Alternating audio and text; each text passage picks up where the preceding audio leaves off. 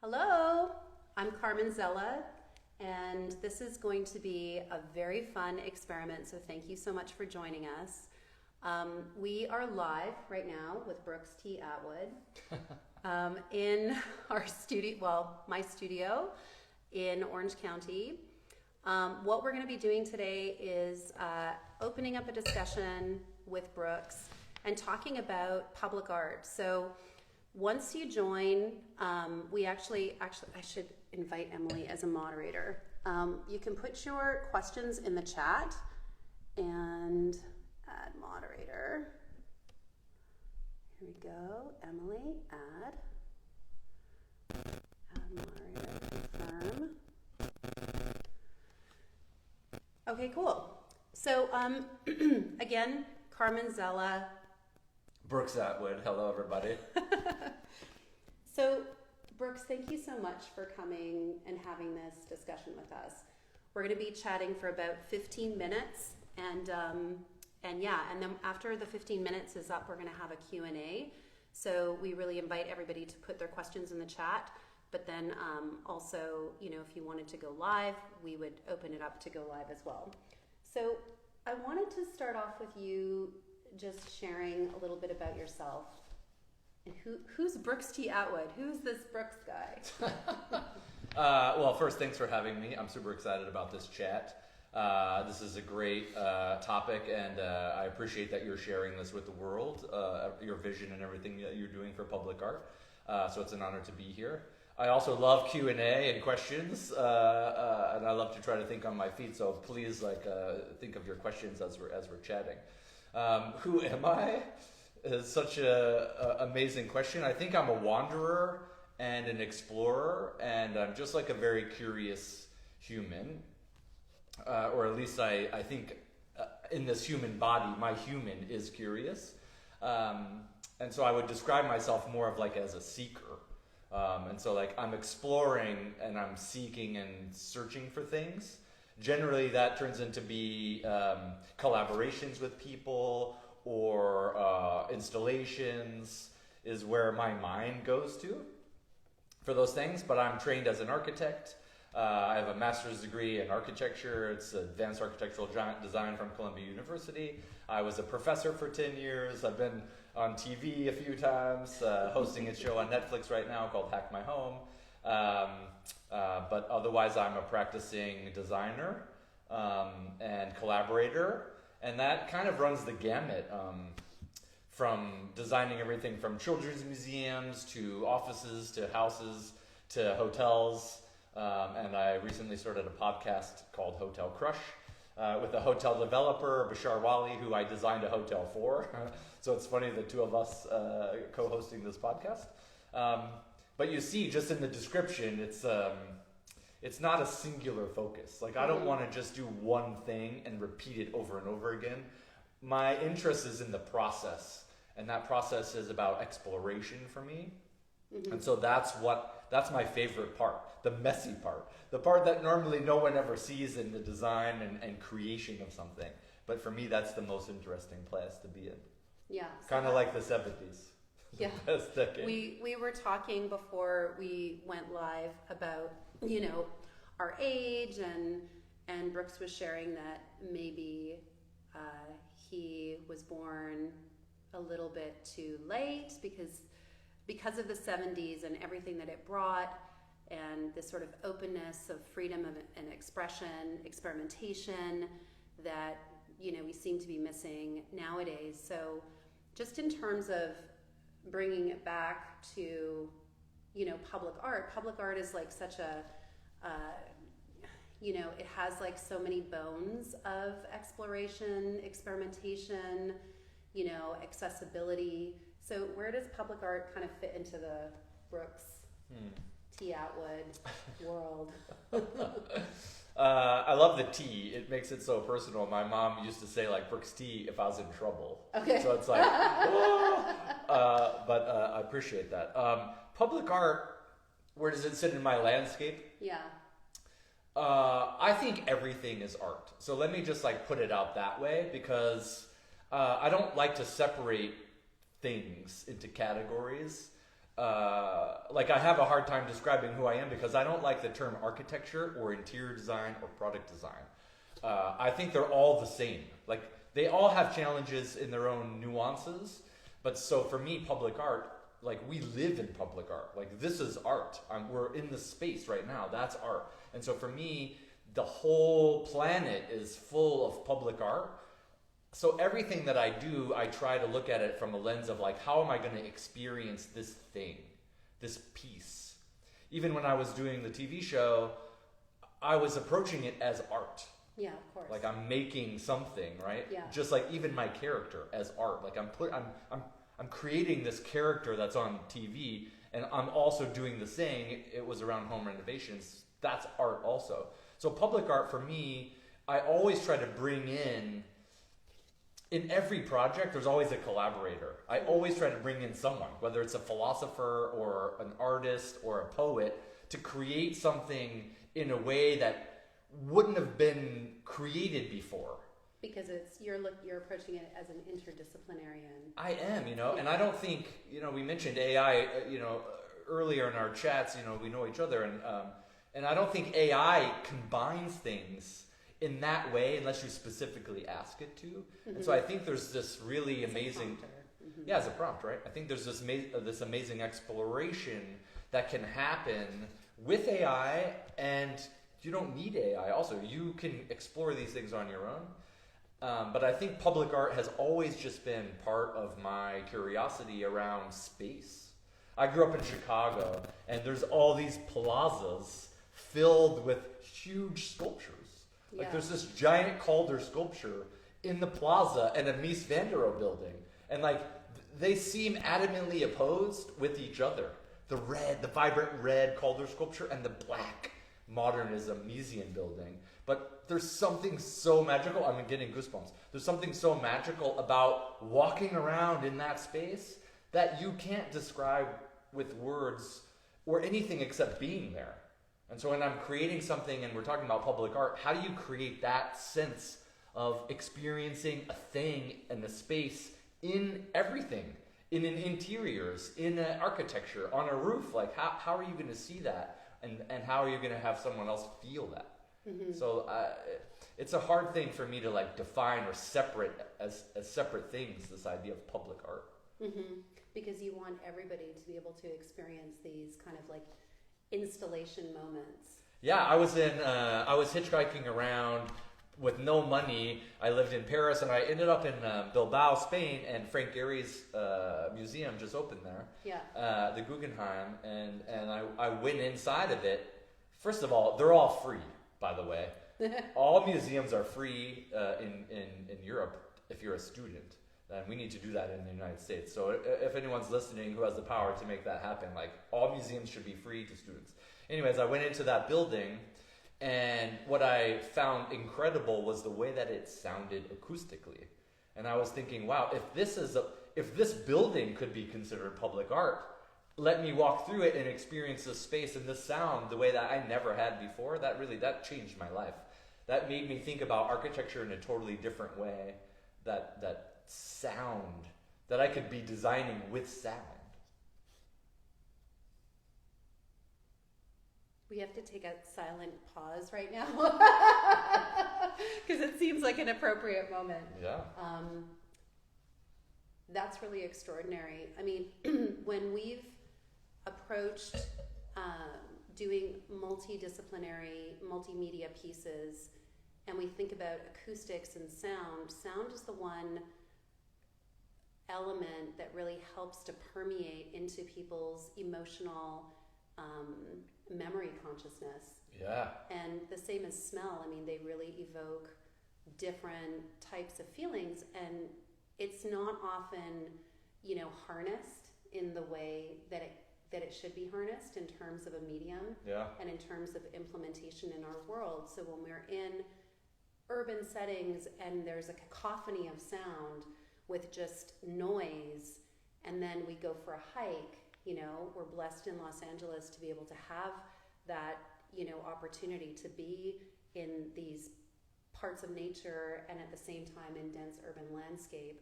You really realize how much sound is like a constant like nag in your world, and then when you take that away, so to deepen it and to really work a piece or work acoustics or work architecture or work in public art in that space is like, it's pretty profound. So I wanted to ask you a couple of questions about like some of your favorite public artists, but I would love to understand just, you know, in terms of your relationship with technology, where do you see technology playing a part in the future of art and the art world? Because oftentimes, and I'm asking it very intentionally, because a lot of times, you know, we've created pieces that have AR, implement VR, and people want to just put their phones down and open their hearts up and be like experiencing something, physically experiencing something. So as we're like continuing to explore in AI and in these like real world scenarios and with augmentations, like where does that have a play? Like, does it have a play, or like what are your thoughts on technology in the future of art? Absolutely, it does have a play.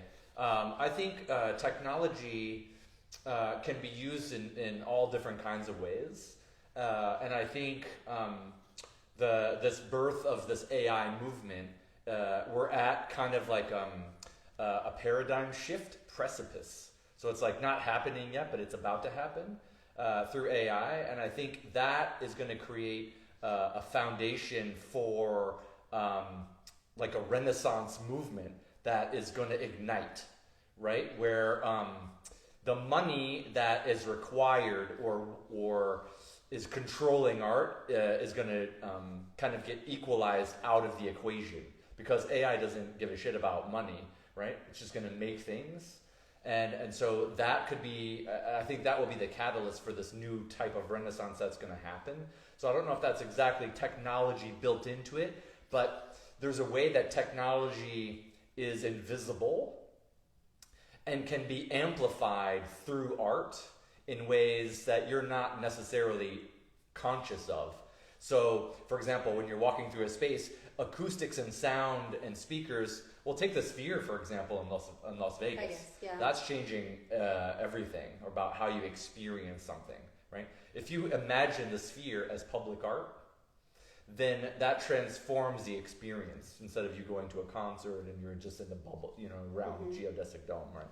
If you think of it as public art, and I know U2's having a thing there, and the team that created the videos inside the Sphere, incredible. And it's like mind-blowing stuff that's happening there.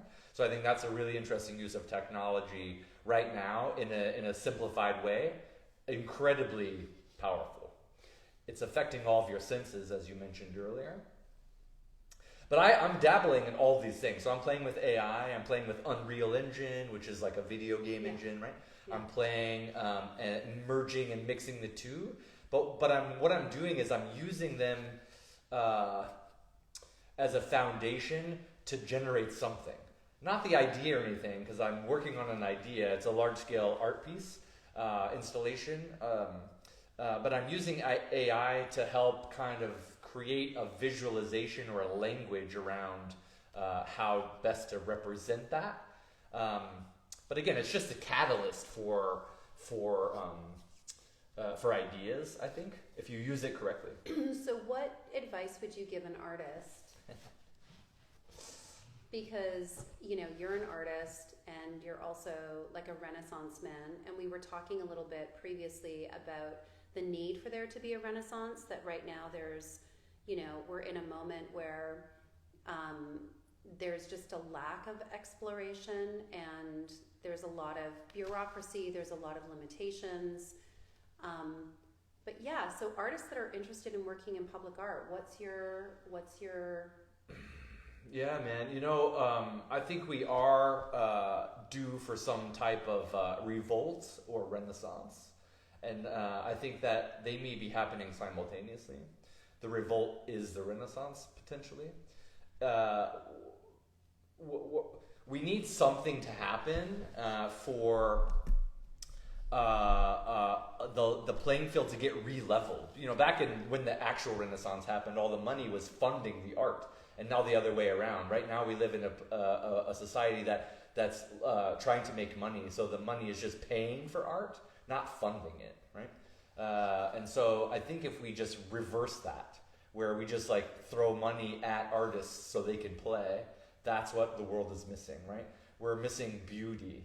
We're missing this idea that beauty has a powerful influence on our psyche as human beings and on planet Earth. And you can create ugly architecture and ugly buildings, or you can create beautiful ones. Yeah. It's the same price. It doesn't cost extra for something beautiful in architecture, for example. And I believe the same in the art world, where we as artists have this opportunity. And this ties back into the question about advice for people doing public art. We have this opportunity to disrupt in a powerful way that maybe is a new way of thinking about art. Let me give you an example. There's this thing called the Beauty Reserve, and it exists on Venmo as a platform. Well, Venmo is the platform. It exists to fund artists. So it's just sitting there. The beauty of this is that Venmo is Venmo is like Switzerland, right? It's not the IRS. It's not a bank account, and it's not a governing body. Yeah. So this account, the Beauty Reserve, sits there with money in it, and you ask the Beauty Reserve for money to do something. So maybe you want to make a giant art installation on the beach, and you ask the Beauty Reserve for $5,000. Or $100,000, or maybe you want to go and you want to do an art installation over here, or you just need diapers for your kid because you don't have enough money this month to pay rent and diapers. You can ask the Beauty Reserve for $20 for diapers, and the Beauty Reserve will Venmo you $20. So if you think of this thing, the Beauty Reserve, as public art, that's a disruptor, right? And is it generating art? Well, it could, right? It's funding art. And it's funding life, and it's funding humans and humanity, and it's funding beauty, right? Because I actually asked the Beauty Reserve for $20 for flower seeds that I threw out the car window as I was driving down the highway. So now wildflowers will grow. So is that art? Yeah, it is, right? And so there's so many platforms to be disrupted, or that has a disruption capability built into it. That I think the advice for public art and artists is just like, think different. It doesn't have to be a sculpture in a piazza, right? It doesn't have to be in LA. Public art is required if you do a multifamily building, and it's generally like tacked onto the side of the architecture building, right? It doesn't have to just do that. It could do something else, right? It doesn't have to just reflect light or be some kind of 3D art on the building. It could actually, maybe it could count people as it walks by, or maybe it makes noise as you move past it. Like it could be interactive in sound and multidimensional. And I think this idea of multidisciplinary art is what's really exciting to me, just personally. And I think if we approach things, so I grew up in Chicago, as I mentioned, and my architecture training is from Mies van der Rohe and Frank Lloyd Wright, two people who consider themselves genius, right? And so my whole training is like, these two men were geniuses, whatever they did. I know that's bullshit. That's not accurate. No, there's no one that does that. There's a team, there's hundreds of people behind the scenes that are generating things. So for me, that's why I'm so interested in collaborations and multidisciplinary art. Yeah. And in that kind of direction, that's where I'm guided. That's what's like spirit is drawing me towards. Yeah, but also there's a need, I think, and this is just, I'm interjecting my own opinion.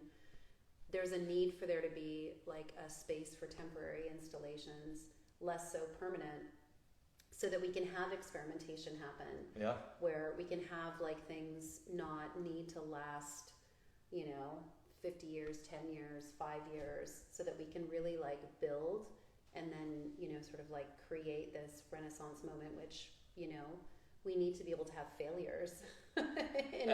Absolutely, absolutely. You know what? Like I've applied for so many artistic grants, And that process is so fucked, you know. Just excuse my French, but my wife and a friend of hers had this idea, and it hasn't been birthed yet, but it could, called the barn, where it's basically just a non-bank account, and you ask it for money to support an artistic endeavor, and it gives it to you. There's no applications, right? The process of going through nonprofits and applying and showing your portfolio and on and on and on and on, and then you don't get the grant. What a waste of time for the artist. Right? Yeah. But if you're like, look, I have this idea, I'm going to do it, and then I'll show it to you, you know, when I'm done. Okay, cool, here you go. How much money do you want? And the barn sits also as like a non-entity, where it's just funding art. And like, what a fucking, like, where are the people that could just fund the barn, right? And the reason why I say it's a non-entity is because it's not a non-profit. And so you don't get a write-off. If you're a gazillionaire and you're like looking for a write-off, not for you. We don't want you, right? Because you're looking for something. And it's like, no, the barn is just art with no bullshit. Are you getting a tax write-off? No, you're not, right? Doesn't matter because you don't need the tax write-off on that. Yeah, we right? need to be able to have the freedom to be able to create art. And for me, that's the drive towards public expression, is that we need to be able to give artists the leverage to be able to showcase their work without there being, you know, a huge bureaucratic entity saying, you know, who's legitimate and who's not. So I'm going to open it up for discussion now. Let me see. We can keep talking about this, obviously. We could forever. totally keep talking. I'm very excited about it. So I guess, let me see. How do I do? Okay, here's a question in here. So how can public art be used to foster social change and address processing societal issues? Oh, great question. Like all art, I believe all art is challenging and asking questions in its own way, right? And so I think if you're creating a piece in itself that has that question in it, then it will naturally come out when people are like, oh, what is this, right? So if you're trying to create social change, then that's the inception point of the art that you will be creating, right? And then through its dialogue and through the way that people interact with that project, it has the power to create social change. Art over the centuries has created riots, uprising. Absolutely. People have used art for expression. Yesterday, someone was throwing soup on the Mona Lisa. Yeah. Right? And so it inevitably has its own life. Obviously, when you release art, people interpret it in its own way. But all public art and all art in its own way has a potential for social change if you embed that question into it while you're making it. You see people like Michael Jew, who's a friend of mine. We did some art installations together. All of his work has this kind of scientific approach, but also this humanistic approach. So it's always like this twofold of like, what is happening here? Where's the human element? Where's this like robotic element to it? And so many artists I could keep listing, but there's always this dichotomy between the two things. Do you think that art is relevant if it doesn't have a political stance? Yes, absolutely. Yes. I don't think it has to take a political stance for art to be relevant. I think just creating art makes it relevant, right? It in itself is political if you want it to be political. If you made it that way, it will naturally have that point of view inside of it. But I mean, social change is a big thing. I think this whole idea of the beauty reserve as an entity on Venmo has the power for social change, 100%.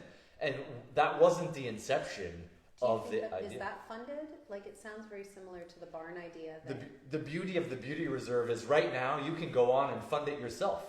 So while I was walking to the beach today, I was like, I'd like to buy a coffee for someone. So I just sent the beauty reserve $5 and said, this is a coffee if somebody wants one.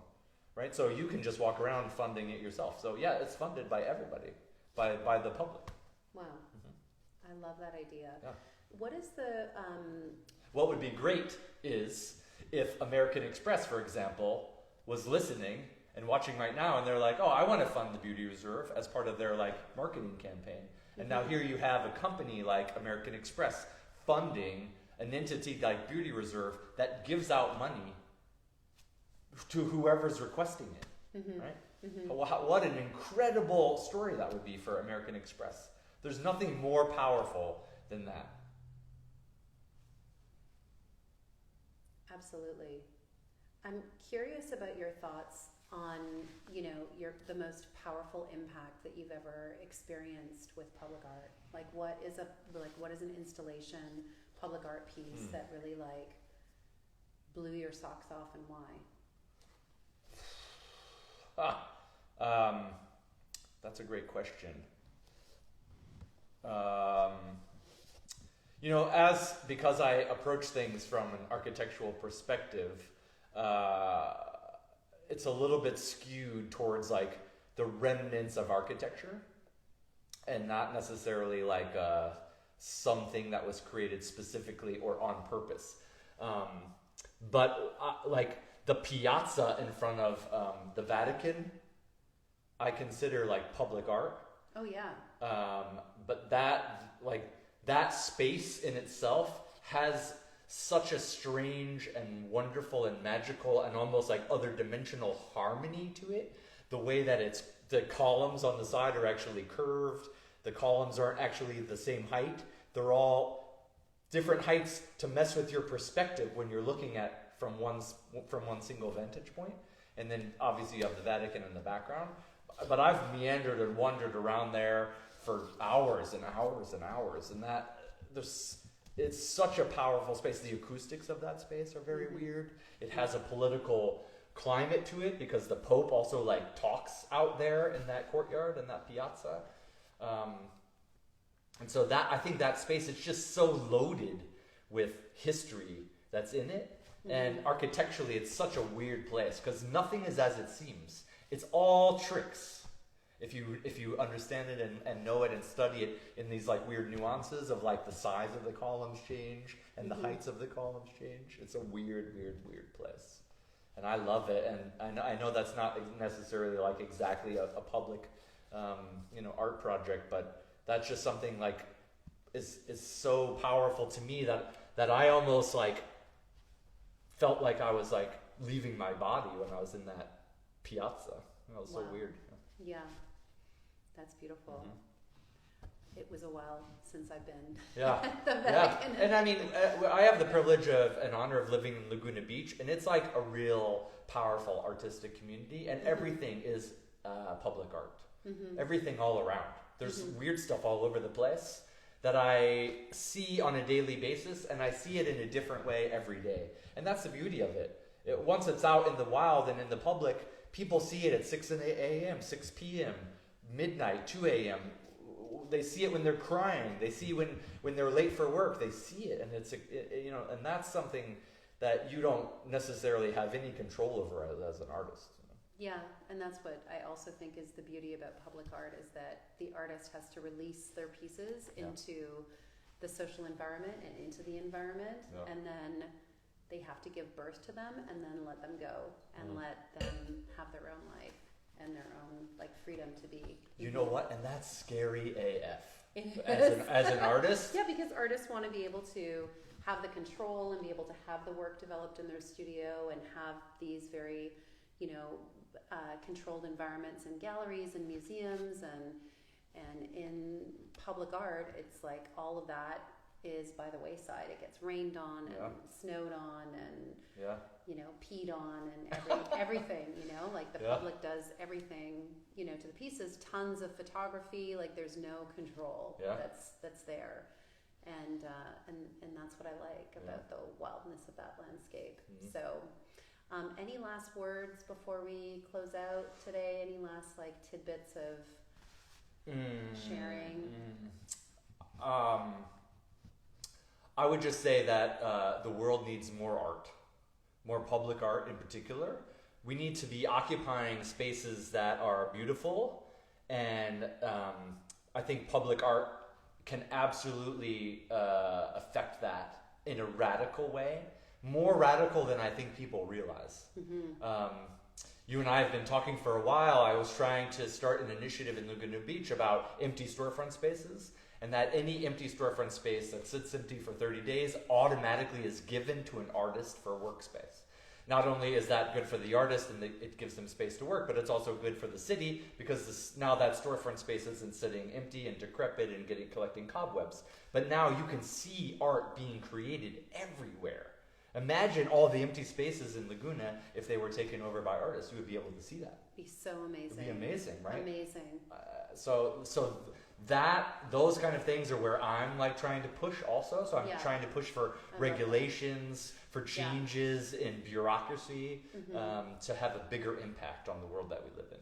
Yeah, and more opportunities for artists. Absolutely. Amen. Yeah.